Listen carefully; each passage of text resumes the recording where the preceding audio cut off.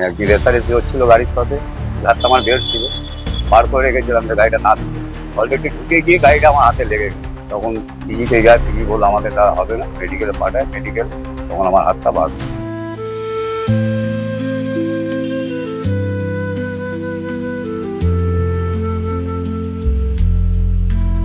কিছুদিন কাগজে পড়েছি, কিছুদিন এক হাতে রিক্সাও চালিয়েছি। রিক্সা চালার পর দেখলাম যে না, পয়সা আমার পোষাবে। তবে একদিন এসে মালিককে বললাম আমি ডিউটি করতাম, তুই এক হাতে পারবি? হ্যাঁ নিশ্চয়ই পারবো, কেন পারবো।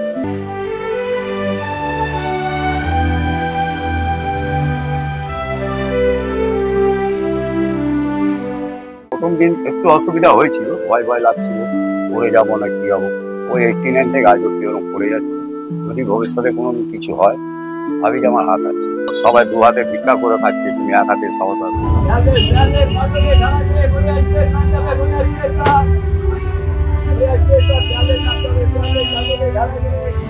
সাফল্যের পথে নানা রকমের বাধা বিঘ্ন আসে।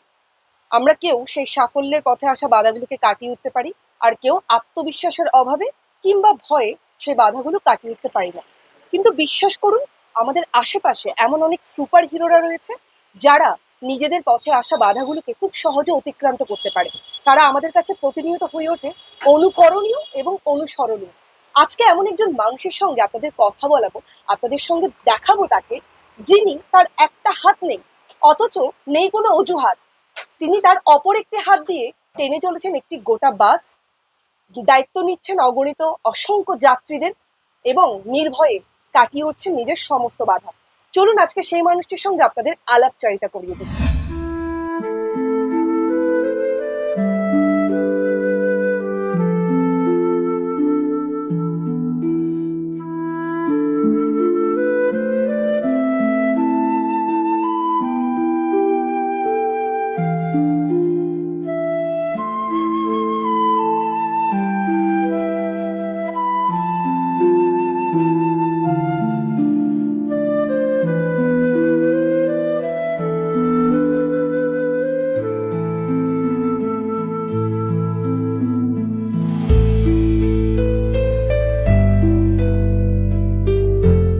ওই আমি আগে হাওড়া রুটে কাজ, মিনি বাসে কাজ করতাম, করতে করতে মানে একদিন রেসারেসি হচ্ছিল গাড়ির সাথে।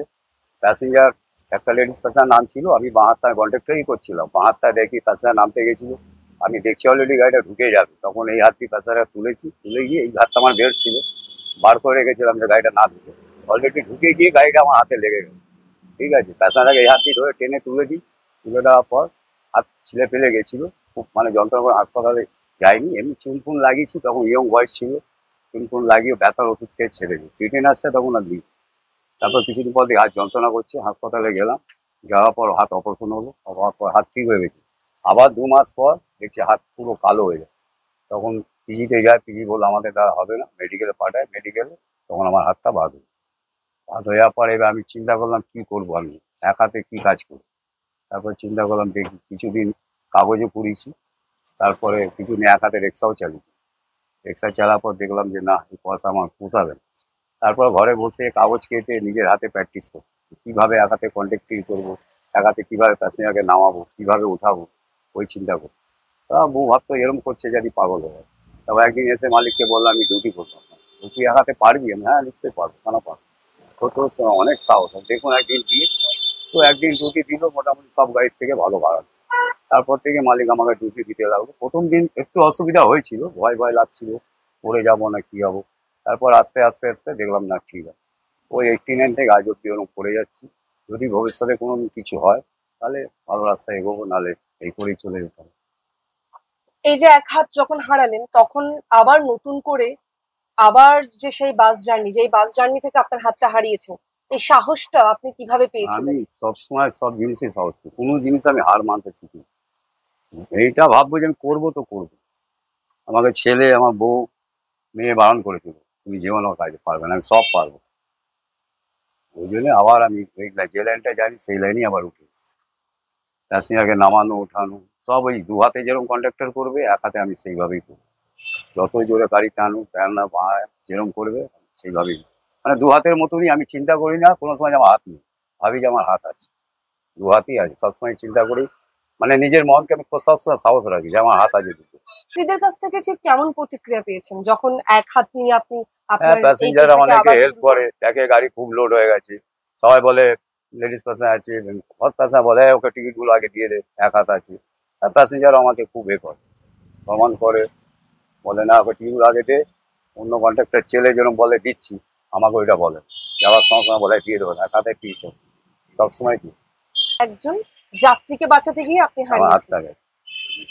তখন প্রথমে তো অপারেশন হয়নি না নাকি? প্রথম তো প্রথমে ওষুধ বুঝতে টষুধ পারেনি? না বুঝতে পারিনি, লেগেছিল চোট ভেতরে নিজের, ওষুধ ওষুধকে ব্যথা কমে গেছিল, তারপর কিছুদিন দেখি আস্তে আস্তে হাত ব্যথা করছে, হাসপাতালে চিত্তরঞ্জনে গেলাম, হাত আমার অপারেশন হলো, হওয়ার পর হাত ভালো হয়ে গেছে। আবার ডিউটি জয়েন দিল, তারপর আস্তে আস্তে দেখছি হাত পুরো কালো হয়ে ফুলে যাচ্ছে। হাসপাতালে গেলাম, তখন বলো হাত বাদ দিতে হবে। তখন বাদ দিতে হবে। কোনো সরকারি সহায়তা পেয়েছেন? ওই সরকারি আমি পাচ্ছি, ওই মাস গেলে 1000 টাকা পূর্ত ভবন থেকে। ওটা আপনার চলে যায়। ওই হরসে 1000 টাকায় কি হবে, মাস গেলে 1000 টাকা, তাই জন্য তো কষ্ট আমার ডিউটি করতে। এছাড়া বিকল্প না কোনো কোনো পেশা আর ভাবছেন না? দিচ্ছি, ভাবছি কোনোদিন এই যদি কেউ, কন্ডাক্টরি ছেড়ে আর অন্য কোনো পেশায় যাওয়ার কোনো পরিকল্পনা নেই?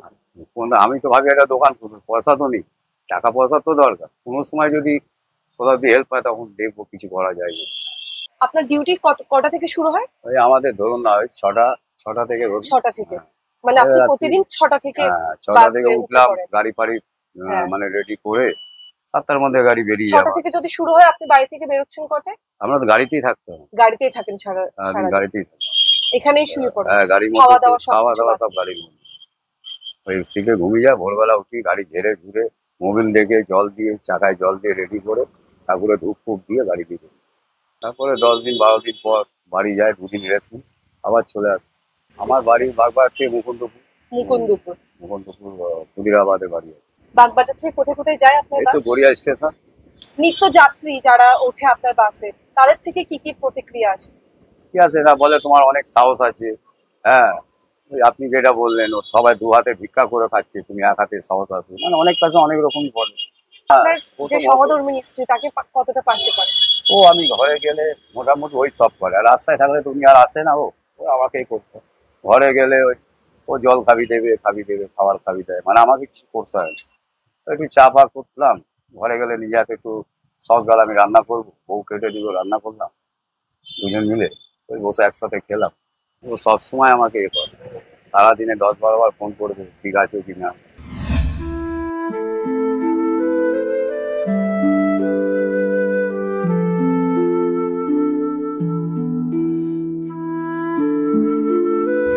গোপাল বাবুর সঙ্গে কথা বললাম, আমরা পেয়ে গিয়েছি তার ছেলে। এই একটা পরিস্থিতিতে আপনার বাবা যেভাবে লড়াইটা চালিয়ে যাচ্ছে, কিভাবে দেখছেন পুরো বিষয়টা?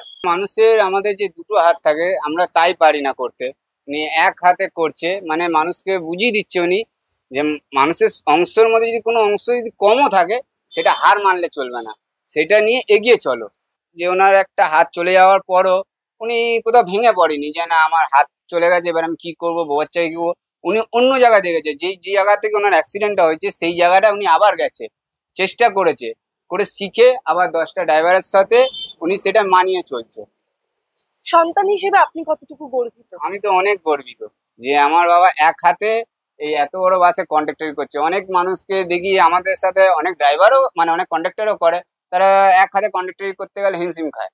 সে মানুষটা সেমই গাড়িতে এক হাতে কন্ডাক্টরি করছে, মানে এটা বিশাল ব্যাপার। শনি রবিবারটা সময় দিতে পারি, সোম থেকে শুক্রবার আমি অন্য জায়গায় জব করি, শনি রবিবার এখানে আসি, তখনই ওনাকে সময় দিতে পারি। যে যে আমাদের অমিত কাকা বলে আছে যে ইউনিয়নে, তাকে বলি যে বাবাকে আমার সঙ্গে দাও, তাহলে আমি দেখে রাখতে পারবো ওনাকে। যে 5টা দিন তো দেখতে পাই না, 2টো দিন কমসে কম উনি আমার সঙ্গে থাকলে আমার টেনশনটা থাকে।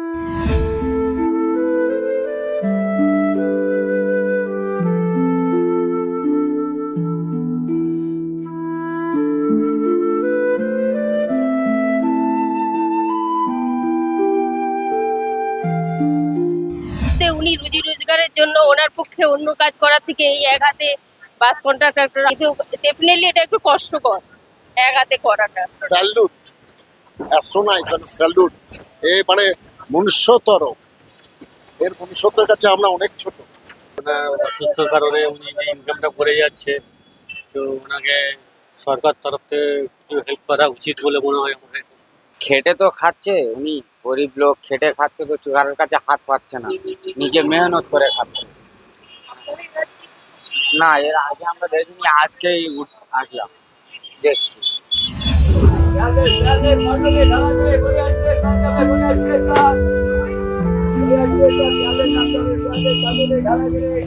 অজুহাত, আমরা প্রত্যেকেই এই অজুহাতকে ব্যবহার করি, কিন্তু বিশ্বাস করুন, এই যে গোপাল বাবুর সঙ্গে কথা বললাম, গোপাল সাহা, যিনি প্রকৃত অর্থে এই অজুহাতকে বাদ দিয়ে একটি হাতকে সম্বল করে তিনি এই যে জীবনযাত্রা, জীবন যুদ্ধের যে লড়াই, তা কিন্তু চালিয়ে যাচ্ছেন।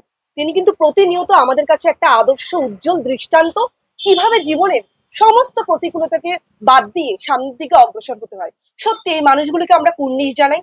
আজকে দা ওয়াল এই মানুষটি আপনাদের সামনে তুলে ধরল, বললাম, দেখালাম তার জীবনযাত্রা, তিনি কিভাবে পুরো বাসে নিজের ওই একটা হাতকে সম্বল করে যাত্রীদের থেকে টিকিট কাটা, টাকা তোলা এবং পুরো সিগন্যাল মেনে কোথায় কোথায় দাঁড় করাতে হবে, বাস ড্রাইভার দাদার সঙ্গে কোঅপারেট করা, সমস্ত কিছু আপনাদের দেখালাম। আপনারা কতটা অনুপ্রাণিত হবেন, আপনাদের কেমন লাগবে অবশ্যই কমেন্ট করে জানাবেন। আর আরো অনেক তথ্য জানতে, খবর দেখতে চোখ রাখুন দা ওয়ালের পর্দায়। ক্যামেরায় শক্তিকের সঙ্গে আমি প্রিয়া, দা ওয়াল, কলকাতা।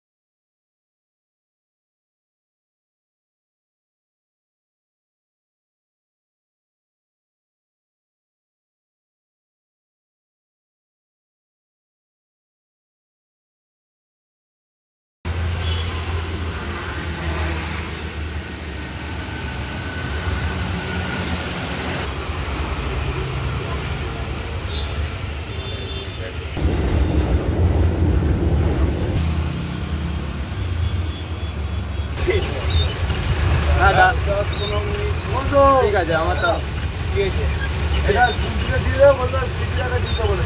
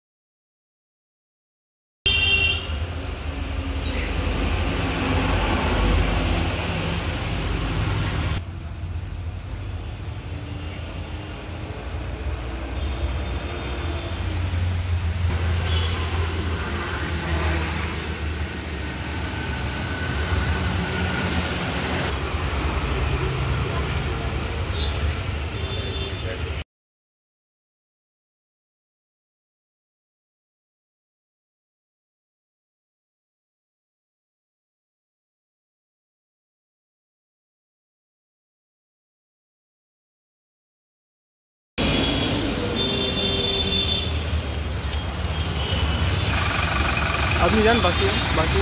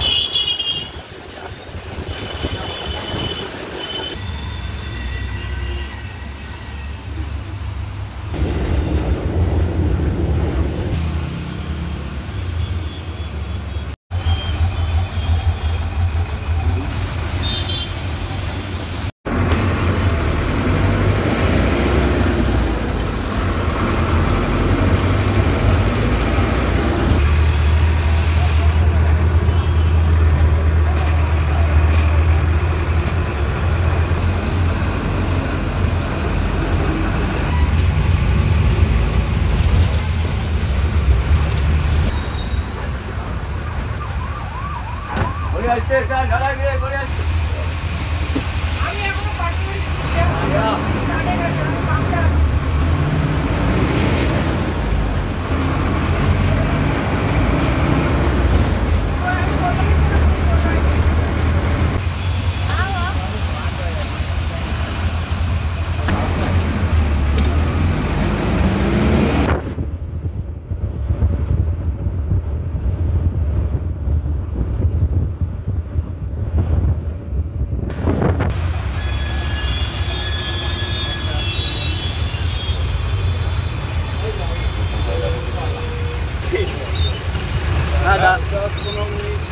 ঠিক আছে আমার তো ঠিক আছে এটা 2 দিয়ে বলতে 3 টাকা দিতে বলেছে 2 টাকা